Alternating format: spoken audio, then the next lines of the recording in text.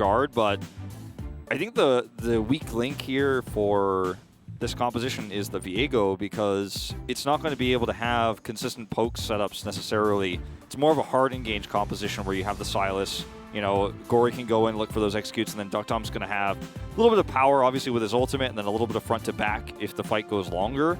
But the Viego is going to have to, I think, really be a lot more impactful than it was last time. It's not going to be a game where Peanut can just farm it out and then go, okay, well, it's cool, we're going to late game. He has to be proactive. He has to be aggressive. So we'll see how that plays out here for him, because it's going to be a big departure from his playstyle in recent weeks. Yeah, well, we're going to jump onto the Rift here for game number 2. Afrika already up 1 game. Definitely not the result we were expecting coming into this series for Afrika to go ahead. But let's see how it does go. You've got Braum on your team, so maybe look for a setup at level 1. And I see that Aphelios, you know, he's running down there pretty fast, and he could potentially, if he gets too aggressive down here, get caught out. Doesn't look like he will. Nope. Well, no. No. Well? No! No, he will not. I am actually in full control of this. He will not. Okay. I said he won't, and he won't. It's okay. Don't worry anymore. Okay. All right. The Sylas in the top lane is going to be pretty fun to play into the Gnar. So you're going to have, once you hit 6, you can actually turn those against him more reliably, actually, those Gnar ults. And if you catch Gnar for any reason at any point in time, your power is insane. So it is going to be the kind of matchup that Rich likes to play. Yes. Spin it out. In the mid lane. Get it out of your system. Yeah. In the mid lane, you know, I think you'd rather play the Sylas into the Syndra, but the Akali is going to be, you know, it's Gory's one of his best champions. He's going to be fine. It's not a losing matchup. It's just not going to be easy. See here some of the win rates. Obviously a lot of comfort here, especially towards the bottom side of the map. You got Gory on Akali, and then of course Duckdom killing on Aphelios Thresh. Yeah, it's insane. Gory's first loss on this Akali was just last game. Fly playing it the first time this season, but he obviously played it a lot in spring. Likes his control mages. Leo 3 and 8 on the Varus. You know, I think the biggest part of that stat is not the wins or the losses, but the 11 games. He's played it a lot. Likes to play it a lot. High priority for Afrika over a lot of the other bot options. Not the best win rate, but you could see that he's very well practiced on it, and Afrika like to put him on it. It's the experience, I think, that really shines in that statistic more than anything else. Yeah, for sure. And I think it's a great setup into what Nongshim are showing already, right? You go ahead, you show the Aphelios, you know they're playing Aphelios Thresh, and yes, they have some options to get into that backline with the Gnar and the Lee Sin, but this is something you were actually talking about in the break, is that the Kai'Sa in game number 1 actually had a lot of protection, right? He had the Leona stuns, he had the Lulu especially. There were a lot of ways to keep the Kai'Sa alive and enable him. And in this game, there's also a nice amount of disengage on the side of Afrika. They have the Lee Sin Dragon Kick. You've got Scout of the Week. Scout of the Week. You have the Braum, obviously, with the Exhaust. Very obvious. The Chains of Corruption, even, if they're running straight at you. There's a lot of ways to keep your range alive. And the range will do the job against the Aphelios to try to keep him down and having less of an effect, as Fly is getting pretty frisky here. As he Gory should. pretty low. Yeah. Gory's out of consumables as well. Started the Doran's shield here, and Fly is got a Corrupting Pot and a Biscuit still available as Dread rotates around. This is what Dread does, high jungle proximity. If Scout of the Week hits, that is a dead Akali. All he's got to do is hit it. That's really it. As we'll see if he does. We're going to have Gory going forward, actually. Goes into the Shroud, and Dread is like, well, you're going to land it, and the Q comes in, and that will be first blood, and he gets away. Gives up the okay thumbs up. Get a thumbs up from Fly as well. Very nicely executed from Afrika. Yeah, it was, you know, basically Gory relying on the blind there, the Shroud, to actually get away. You know, you put the smoke screen up, and then it's like, well, does it hit or does it not? It does hit. And Dread is there. He knows that it's very likely the case, because otherwise, why would Syndra actually be that far forward? Why would she be looking for that much pressure, basically under turret? So he knows the scenario, but the execution is good from Fly, and that's a very early first blood here for the Afrika Freaks onto the Lee Sin. And yeah, I mean, last game we were talking about how the engages worked a lot, especially me. I was talking about, you know, the Xin Xiaoyan, you know, the Lulu, but the protection was super good in the last game. And Nongshim's composition, kind of like you're leaning into here, is doubling down on the aggression this time in the dive. So this comp for Afrika protecting the AD carry is so critical as we watch once again, this time from full view. The Scar of the Week is super easy to land when you're between the turret and the wall. He has the ability to ward hop out. Okay. And watch the vision here as he checks this side and right side here and actually ease first. And when you're between the turret and the wall there, that's where the Scar of the Week is. It's basically literally impossible to avoid because you have no mobility there. He says, nice, I'm going home. I'm going to go by. Yeah, might as well. Picks up the tier. Reminds me of spring. We're back. We got Syndra buffed up once again. She's back in the meta. I'm glad that we got Kennen as well back in. He got banned in this game, unfortunately. But more and more Kennen is always nice. Kennen is a super fun champion to cast and to watch. Yeah. Makes my job very easy. I said this yesterday. You know, he goes for the flank, he runs in, and he presses Slicing Maelstrom. It's a fun ultimate to say. It's very obvious, and sometimes it's the only thing that matters in the fight, right? But, yeah, no, it's kind of ironic how, you know, he uses lightning and sets up stuns, but oh, maybe Gory dead again? No stun, but it's still a lot of damage. Just coming forward as Kellen gets the flash death sentence. Do they have enough damage, though? The answer will be no.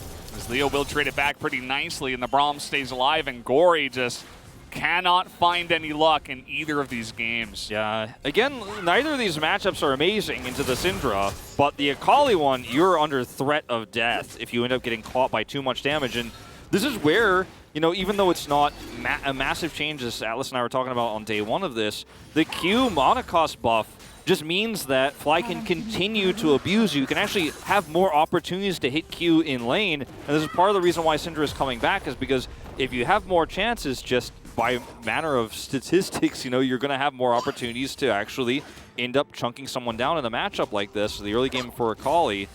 And this is just costing Gory precious CS. His health bar is low, and when you don't have vision of where Dread is, you might die, right? So, super powerful in the stage of the game. All the reasons why Syndra's great for late game team fights, as she was in spring and has been every time she's meta, still apply, but the early game is just so much stronger. Yeah. And this Rift Herald is about to spawn again in about 30 seconds. You can see that Lehens has already left the lane. This does leave Leo all alone down here with a Viego. Hunting him down, the teleport will be used. Looks like by Fly, but it's a little bit too little too late. We'll see if he can get anything back, and the answer will be no. So they get a kill on the dive and Fly's teleport. On top of the Drake, you know? This is a really nice exchange here for Nongshim, and you can see once again decisive plays on the macro working very well. As Rich does have hijack available, so if this ends up being very aggressive Keen, he will get punished. And he's got Dread here, so I think he should be okay. All right, well, the flash stun comes in first, and that is going to be very easily executed on. So Dread gets in there, Keen sets it up. I didn't see Dread was coming. I was like, I think, you know, Keen's probably not going to want to go in on that until Dread's there. No, he can kill him, yeah. Yeah. Hard to react on time with the flash being used, and you know, Afrika get a kill, and they do get this Rift Herald, which is really nice. But Duckdom is down here on the bottom side. Unfortunately, he doesn't have the exact right guns to really punish on the plates. No Crescendum, but still being quite annoying down here and getting some good value. Peanut should be able to steal this away. They get the 450. Oh, he got it! Leo got it! He stole it away, and now look at this. Oh, Peanut didn't have Smite? Yeah, he didn't have Smite, so the Varus gets it. And now they're kind of caught in this awkward angle. Look at this damage coming out now. Peanut has Flash. He will have to use it. No Heartbreaker available. Yikes, that's a painful one. Yeah. Take a look at this now. We got Dread hunting down Gory, looking to get it. He has to flash away. 2 flashes down for Nongshim here, and they lose the Rift Herald for free, right? This was uncontested because of the death that you had on Rich on the top side of the map. So not free in that regard, but in terms of what that pressure that Dread put on the top side of the map granted them the desperation we had from Nongshim to try to really force value elsewhere on the map. They already had the Drake, so the only other objective to take is to steal a blue buff, right? At this stage in time, as this is way prior, of course, this is the earlier gank onto Leo. But it ends up being, you know, really nice here for free, because this is where it all starts. Dread comes over here, and like you said, Keen flashes this, so there's no way that Rich can get out. Even if he uses his own Gnar ultimate, he's probably going to die. Might have been able to trade a summoner. But this is a really fantastic start for Afrika, just like the last game. And I don't think they're going to throw it away. Remember last time on that second Rift Herald fight, we were like, not so good. Ended up being traded back for Nongshim, and things started to fall apart, but Leo got fed, and the game continued. But in this game, you know, you look at some of the weak points here for Nongshim, and it's, once again, an Akali that's not coming online. And Gnar's having a great lane up here into the Sylas. Has a little bit of extra gold. 20 CS up right now as the Lee Sin on the Viego. Like, the one constant is going to be Duckdom, who was given a lot of control here of this lane, got some plates, but it's not the, you know, Duckdom registered trademark mark where it's like, okay, 2 full turrets worth of plates. You know, It's not that kind of level of Aphelios. And it definitely is not. And now with the kill up in the top side, Rich was already having trouble, but you can see Mega Gnar is coming in. He has to try to trade it back and flashes away from the Gnar. This is only getting worse. Already down 30 CS at 11 minutes. After losing a big wave under the turret as he got ganked and just being zoned away by the Gnar. We see the silence picked into the Gnar for team fight, and you get a, oh, we're going to have to hold that thought as the damage comes in, and down will go the Akali. Very easily done in the mid lane, just 2v1, and now they'll get even more value with this Rift Herald. I mean, there's a lot of times where, okay, Peanut's going to rotate over here, so I'll hold my tongue on this one for a moment. They have to clear this out. Going to be a lot of extra gold going over. But there's a lot of times in scenarios like this, you know, you mentioned it earlier, we've kind of been touching on it. Okay, Afrika, this isn't the one you're expecting to win to get playoffs, but when you're Nongshim in this case, you're like, okay, well, this is going to be a fairly easy opponent. I've got a lot bigger things on my mind, right? And sometimes series like this will go where the underdog wins at the end of regular season because the stronger team is focused elsewhere. Their setups, their practice, their scrims are focused on different opponents, right? But in this case, I really just think it's a matter of Nongshim not really playing to their win conditions very well, and unfortunately for Peanut, just not really setting up for some defensive plays around the weak parts of this game, right? When you look at the Sylas who's getting bullied and the Akali that's getting bullied, Peanut could have been there several times to actually relieve that pressure, but he's not. And this is against Dread, a player who you know is going to play like this, especially in a draft like this. He's 3-0, and you're not playing to defend your weaknesses right now as Peanut, unfortunately. I don't think this is an underperformance from Nongshim. It's just not being played out correctly, as Dread is here, right? And one shot on Akali. Boom. 전면 깔게 이대로. Yeah. Dread's falling for it, you know? He's like, okay, just stun him. We one-shot him. Easy peasy, easy clap, he would say. And it really was. I mean, this Akali, yeah, it can be really obnoxious, but not when you camp her from very early on in the game. Just makes it more and more difficult for her to get online, as we've been talking about, so. And when Peanut is flashless, you know, for a lot of this time because he went for a trading blue player, right, for the Rift Herald, that hurts his ability to save these lanes. It hurts his ability to actually have these counter ganks. And now he's losing control of his jungle. And this is going to become a very big problem. Right now, the group up here onto Dread is just not something, I mean, you can't punish him. He's just going to get out. He's got so much mobility. Yeah. What are you going to do against this? You've got 3 melee who are behind, okay? The Sylas lost on the top side. Peanut doesn't have as many kills. He didn't have as much effect in the early game as the Lee Sin. And your Akali is down 0-2. And you're against Syndra Varus, okay? You're not engaging. The Braum will exhaust you. You can't do that. So what do? You sit here and you bleed. And I think that's what we're going to be seeing. Unless they can find some picks somewhere, or maybe they can play around Duckdom. Perhaps he gets really fed up and they can just rely on, you know, the 80 carry in this game, just like Leo kind of did in game number 1. If you don't have that, I don't see a lot of places where Nongshim have hope in this one. It's feeling pretty dire at this point in time. It really does feel quite dire for them. And DuckDom's advantage isn't massive either, you know? He has an assist on that earlier kill and some plates, right? But isn't able to get first turret blood, not able to get very many plates here. Like, that's where you're trying to, like, put your pros column is all, like, it's all DuckDom right now. And brings you back to spring. Yeah. It does kind of in a way. Yeah. And this is not Gory's fault in terms of, if we want to make like the one-to-one analogy, he's not having an underwhelming or underperforming game. It's just that the resources have not been given the same way for Peanut as Dread has to camp.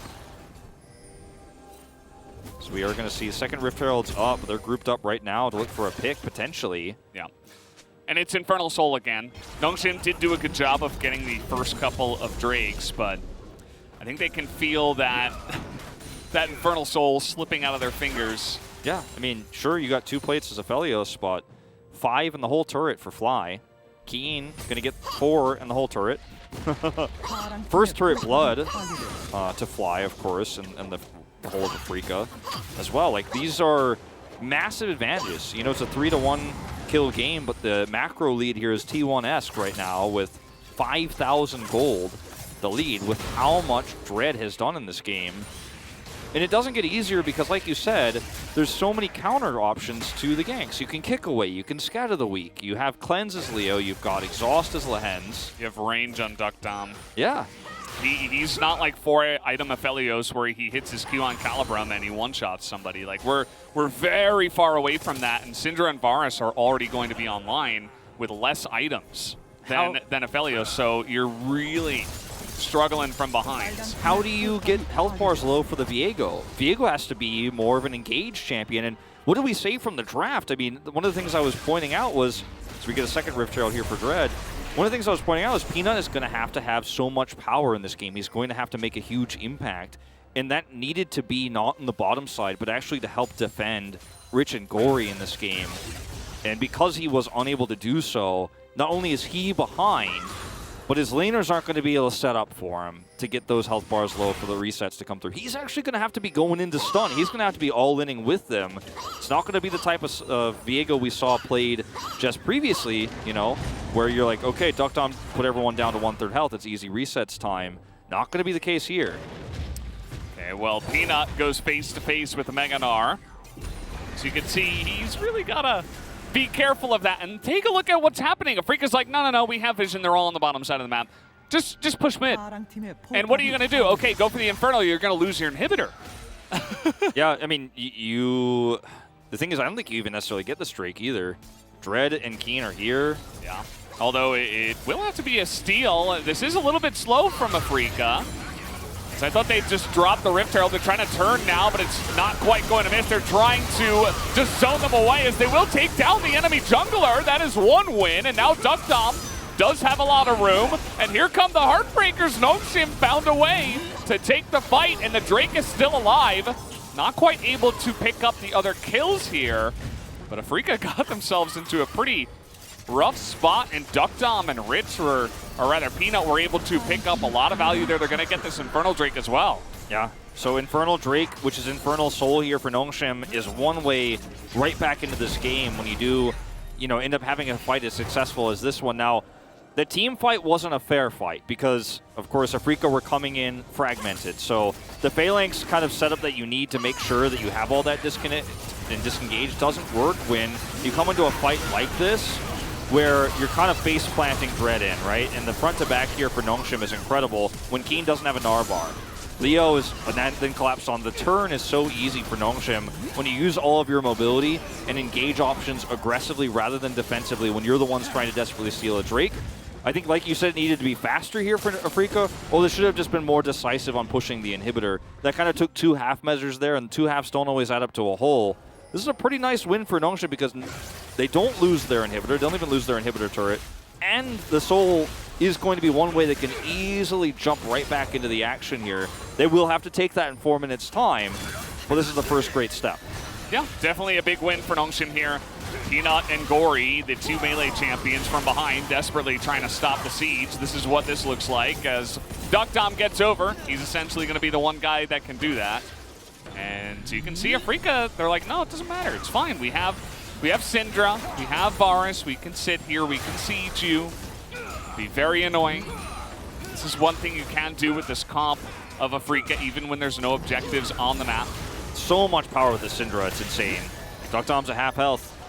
If they had a minion wave here, that'd be a dead turret. They're not going to wait for it since it's so far away, which is, of course, the top inner turret. So, well, I say they're not going to wait for it, but actually, yeah, they are. Because it's so valuable. There's a lot of extra gold on this right now, on this patch. They're like, what do you mean there's no objective? There's an inner turret. Yeah. Of course there's an objective.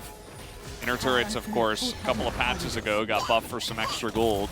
Yeah. And, you know, it's pretty good for trying to extend your lead when there is no dragons or realistic Baron takes that you can go for at this point in the game. Especially when Keen is a level up, now 2 levels up on the Akali, who's trying to defend his side pressure, because he's going to get a turret too. Yeah. And there's just nothing you can do as Nongshim because you don't have a Fed Silas or a Fed Viego. Yeah. Or a Fed Akali. He went wit's end. Yeah. Into double AP solo laners. Like, what are you going to do against You the can't Snar? kill him.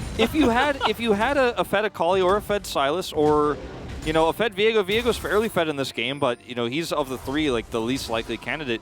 You could have a really sick punish play. Like, you wouldn't feel safe to be Gnar against... When you think about these 3 champions, you think, well, I don't think he can push turret down. Never. No way. But in this game, absolutely, yes, he can. Yeah. Because these champions are too far behind, and Afrika has way too much map control. It's not like Peanut can go to the bottom lane and just be like, yeah, I'll handle him. Like, no. You send Keen down there. If they send the jungler, you take Baron. And it's like, okay, we'll take that trade 100 out of 100 times. And speaking of, I mean, they're setting up the vision around it right now. We're only 21 minutes in, but we're starting to get to a realistic setup where Afrika could threaten Barons with the vision control. You see Peanut and the question mark pings around Baron right now for Nongshim as they group up because they know that they could win the fight and win a, you know, prevent that from going down if it was started. But the fact that they have to consider that, the fact they have to group up around that part of the map just gives more control the other parts of the map to Afrika here on the bottom side, where Keen continues to be a menace. And I just don't see a world where, unless, again, Afrika tried to take a really poor team fight where they're not actually set up. Like, if Nongshim has an advantage in positioning, I think that's their way to win team fights. But beyond that, if Afrika actually get to play the fight their way, where they have the defensive setup, if they have vision, if they have prio, and they don't run in 1-by-1 into the Dragon Pit, I think that you said it in a little bit of a less nice way, but yeah, I think that this one is pretty much all over but the cry in here for Nongshim because, I mean, it's too big to fail. I think it might be the best way to put it with the numbers we have here for Afrika and how their comp functions. Well, yeah, I mean, let's see. I think Afrika, outside of that one mistake that I sarcastically mentioned, I think it's been pretty clean in this game. And as long as they keep that up, they're definitely in a great spot. But Nongshim are also a fantastic team. They have ways. If, you know, Afrika makes a mistake, there are ways to potentially pick someone off. But Keen is pretty massive, and now he's got Mega Gnar. He's done this multiple times, even in the last game, where he kind of just runs at you with Mega Gnar and just dares you to fight him. And it doesn't look like Nongshim are going to take that one. They really want to try to challenge this Infernal Soul and at least open up a chance for Peanut to steal, because he's got 4 chances to steal, potentially. I feel like if you want to go for that, I mean, maybe have someone side laning. Oh no! Found Gory, and he's got the lens, like he knows where he is, and now they push him away. You can immediately turn here. You've got a great concave around this objective, and so Syndra and Varus going to be putting in that work. This is going to be so difficult to steal as Nongshim, and if you don't steal it, you're not getting anything on the map for this. I mean, maybe even trying to flip a Baron, trade a Baron for a Drake might even be the better play here. This just feels so desperate, but if you try to do that, then Afrika just claps on you and kill you. It's a lose-lose scenario. There's no good choice. Yeah. And like, look at this Lantern preemptively. Like, they're not getting anywhere. They're able to get some jellies there for Duckdom, get him some health as that engage, you know, just trying to essentially zone them away with the Glacial Fissure coming in and say, okay, Peanut, you can't come in here unless you're going to flash for the potential steal. But if he tries to go that and he dies, they take Baron and they laugh at your soul point and they win the game. So yeah, Peanut can't take the risk. It's almost like, you know, if Nongshim they wanted to buy something at the store and they walked over to the store, but Afrika was already inside buying it, and Nongshim, instead of like trying to go to another store, is like banging on the glass on the outside, like, no, I wanted to buy that, like, I want that. This is like literally watching, you know, Nongshim watch their Drake go away while also accomplishing nothing. And they didn't engage. They didn't actually hope for a steal. Like, Yeah. the idea there was extreme desperation. Like, if they make a mistake or maybe they really miss Smite, we can go in. But I think that at least, I mean, the chances of you stealing that are so low that you should have someone doing something else on the map or setting up for Baron Vision, anything else. They do have that Baron Vision. They rotated right up to take that away. But Afrika, as you could see, are already set their sights on removing that at the moment. Yeah. Like you mentioned, I mean, Nongshim have some tools in their comp, like the Akali, like the Sylas, even the Viego, if it's like the top or the mid lane, where you can pressure some lanes. Not necessarily against Keen. Keen, I think, is that one trump card that Afrika have, where it's like, how are you going to deal with this? This Fly is just, okay, we're just running in, we're checking the bush. That's one way to come back. Will come in, he will go down, but he gets his ultimate off. As now Rich is here, it's 4-on-3, big Sylas ultimate with the Gnar steal comes in. As well, real Gnar is going to be very angry with that. And they will take down the 2-for-1, and now, maybe you can even go for the Baron or some kind of push. Afrika are able to turn that around very nicely.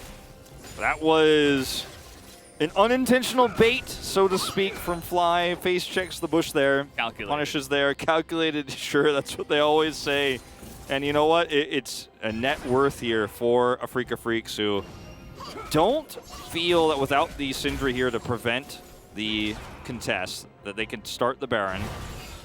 So they are just going to push mid instead and wait for that respawn to come through, which it will for Fly here. Does not have teleport, so they can't like hope for him to teleport in. So there's really fighting around this vision right now. This is very Afrika, right? You have a pretty big advantage, but you are so afraid of messing it up that you're not actually going to be proactive in some of these moments. But with the lead they have, you know, the one risk that you know, of falling behind is actually giving up the Infernal Soul or this Baron.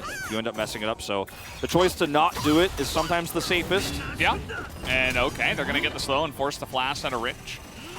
And definitely could have led to more. As you see, even he hits the piercing arrow, and Rich is basically useless. He has no flash. So much siege, you mentioned it. I don't even know if he can hijack the Gnar ultimate at this point in time. They're Probably just going to not. run down mid, and they get the stun with the Syndra. And this is what playing Aphelios into this is like. It doesn't matter if he has farm. He can't do anything. He's going to get hit by that as well, and now he goes down. And I think that, okay, they're just going to turn around. They're going to play it safe. The one way Afrika loses is overextending, so you might as well play it safe. Take the big Baron. You already got the kill onto Duckdom. It's like a tier list of risks. Like, ooh, Baron's pretty risky. Better go to the base. Oh, we killed him. We could probably end, so that's too risky. So well, now it's the next level of risk is to take the Baron. I think a lot of teams would have tried to press the advantage on both of those a little bit harder. But like you said, playoffs on the line here for Afrika. They're just going to play it safe. They're looking for the turn. Yeah. Looking for a turn here. They have pretty decent turn, but you got a couple of ultimates down on your bottom lane, so it's a little bit less good. As you'll be looking for a scat of the week, essentially, and they get it. They're going to kill Rich, and down he goes just like that. Falls like a house of cards, and that will be Kellen as well as the bonus kill. Dread able to get that one with his flash, and now you should be able to take the Baron, but Peanut is roaming around like a shark. They know he's here. Keen will be on zoning duty. And Keen is incredibly strong. He's also got red buff. In goes Gory. He's trying to go 1v4. As the stun will be denied. Gory tries to get it. He picks up the Varus. That's a lot of their damage, actually. Hey. Peanut engages. Now they're going to get on top of Keen. And there is some potential here. They deny the Baron. And Nongshim, interestingly, they will keep this one alive. Peanut on the Viego, of course, will continue running. And that's a lot of extra gold going over to Gory as well, but at the end of the day, still, you can't actually take the Baron as Nongshim. There's still super minions in your main base, so there's no fall, but this is just 뺄게, actually 뺄게, insane. Keen's like, I'm out. 야, 앞에 봐봐, 앞에. He's like, actually, no Aphelios. 앞에 노플. Aphelios, no flash, and they get the kill. 야, 바로 갈래. So now they're going, let's go on the Baron. Coming over here, Rich gets picked first. There's no counterplay for this. He has no flash, because that was stolen earlier from him. And then, well, this is going to be a really long replay. I think we probably just have to jump it alive, but Infernal Drake is up right now, so Gory ends up coming in here and trading kills. And with all the health bars low, they can't take the Baron, but you still don't get a huge advantage out of this as Nongshim because the map is still under Afrika's control. yeah.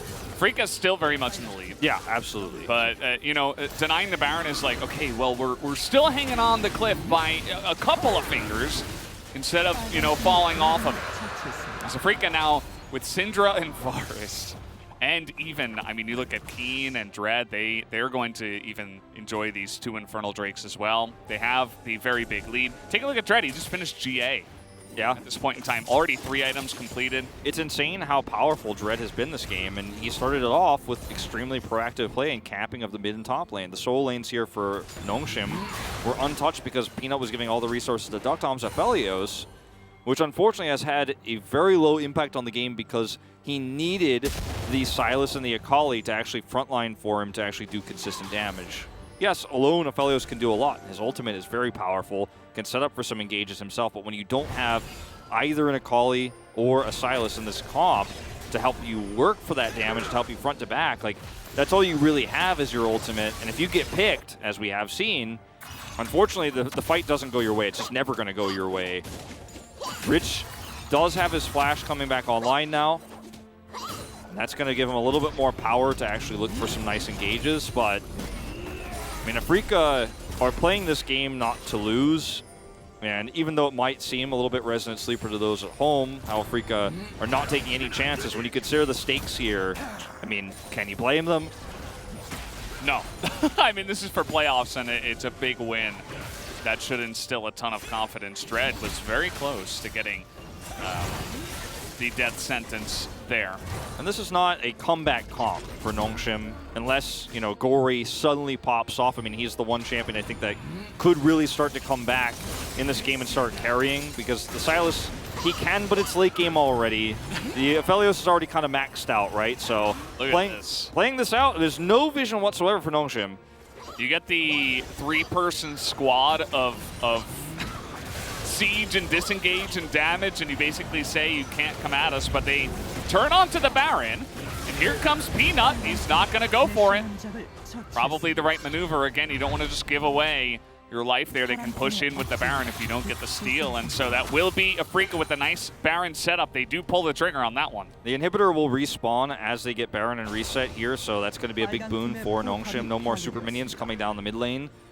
And unfortunately for Afrika, it's 2.5 minutes before this Infernal Drake, so these waves aren't going to lead to, you know, that take right now. By the end of the Baron, of course, it will be a nice impact. But with the sieging power they have, I think your best bet as Afrika right now is to group up, push mid, take that inhibitor out, rinse and repeat on the top side of the map during this 2.5 minutes. If you get a pick during that mid push, you could just win the game.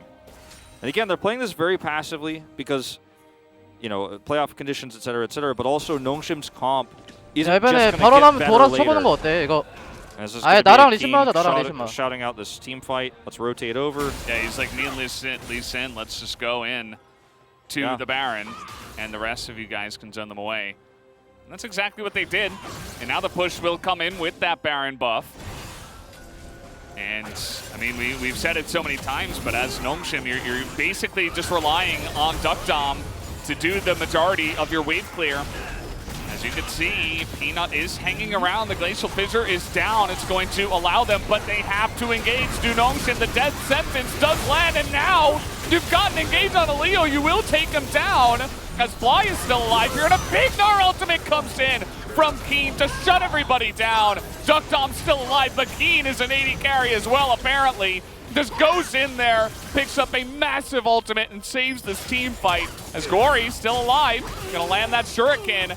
Able to stopwatch actually on that one, but Dread is still on the chase. He's not quite able to find Gory here, still on that one, but take a look at the base as well. Yeah, I mean, Nars is going to end the game. Gory struggling to get back here. Will go into the brush, will be forced out once again. And yeah, he may live, but the base, as you mentioned, is in shambles as Keen is winning the game on the other side. Now, he's very low, actually. Gnar ulting these minions down. The respawns are coming through here. I don't think they can end. It's very close, but he can't quite do it alone. Yeah. This Dread is still failing to kill Gory. Gory's playing so much time here. Yeah, Gory has to fight. He got his ultimate back.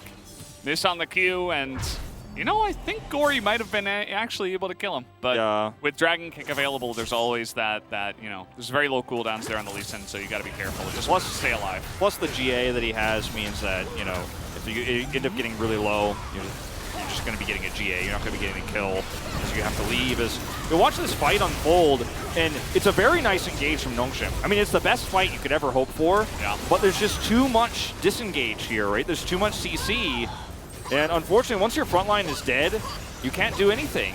As Peanut is not where he needs to be. He's got a lantern to get out of here. But this is going to be a Freaka looking for the third back-to-back Infernal. Yeah, and I mean, like I said, with this comp, with all of the stacking Infernals, the amount of damage that everybody does, even Dread is going to be looking for one-shots. We got Keen is at an insane point. They're just going to be able to take it down, and there's nothing that Peanut can do on the Viego to try to take this one. Gory is in mid, they know it, so they can actually collapse in here and try to look for the fight with the Narbar. They're not going to do it. I thought maybe we'd see Keen wrap around and try to trap these 4 players here when the Akali is mid, but Nongshim stem the bleeding once again.